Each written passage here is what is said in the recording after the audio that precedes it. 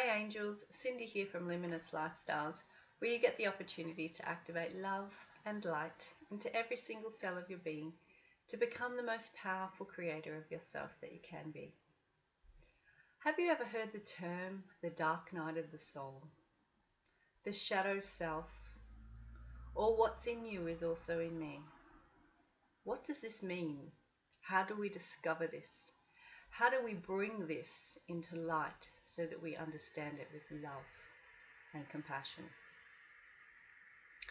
It begins in the second chakra. The second chakra also holds the number 2, which is also bringing into consciousness duality and polarity. What this means is that during this time of development, we start to accept parts of ourselves and we start to reject parts of ourselves. Therefore, we start to become polarized. I may never see myself as angry. I may never see myself as judgmental. And therefore, I become polarized to one side of myself. How do we discover this shadow part of us that we haven't yet learnt to love within? It's easy, and this is how it works. Once you become polarized, you then will start to attract in the opposite energy to allow you to start to see the parts of yourself that you've rejected, that you haven't yet learnt to love. This is universal law. This is energetic science. This is quantum physics. When I reject a part of myself, let's just say the angry self, I never am angry, what will happen is every single energy around me will start to reflect that toward me. I will see that those people are very angry. I will see that they are not displaying love or kindness. They are displaying anger. And therefore, I become judgmental of their anger. And I am again rejecting the shadow part of myself, the part of myself that I haven't yet learned to see. It may show up in my husband, my daughter. It may show up in our colleagues or our bosses or our friends, until we get to actually see that part of ourselves and love that part of ourselves so that we then can become whole. We will then be able to bring into our consciousness that part of ourself that we've rejected, that part of ourself that we haven't yet learnt to love.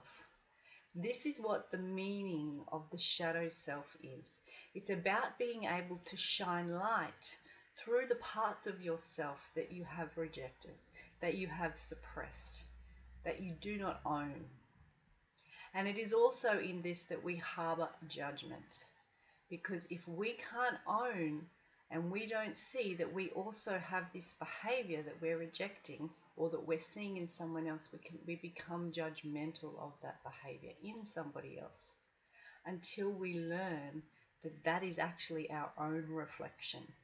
That is the part of us we've rejected, and we need to now love inside of ourselves and honor inside of ourselves so that we become two sides of the pole, polarized on either side to become whole.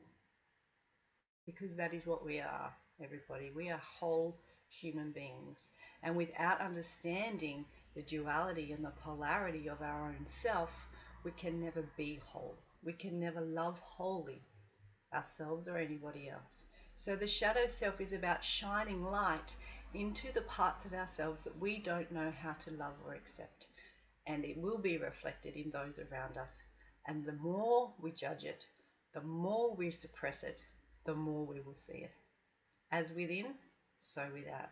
Until we can bring all of those qualities and attributes that we see in everybody else that are less desirable, that are actually reflecting the darker parts of ourselves, back into our own awareness and our own consciousness to become whole and own that part of ourselves. We can never love anybody else wholly. The shadow self is one of the greatest self-awareness tools that we have available to us. It's the one that unlocks the deepest, darkest parts of ourselves to be able to move to that step of enlightenment. Light cannot shine through light. Light must shine through dark. And it is through the dark that we discover ourselves as whole beings and evolve with an open, compassionate, loving heart. Bye for now, take care, and I'll see you soon.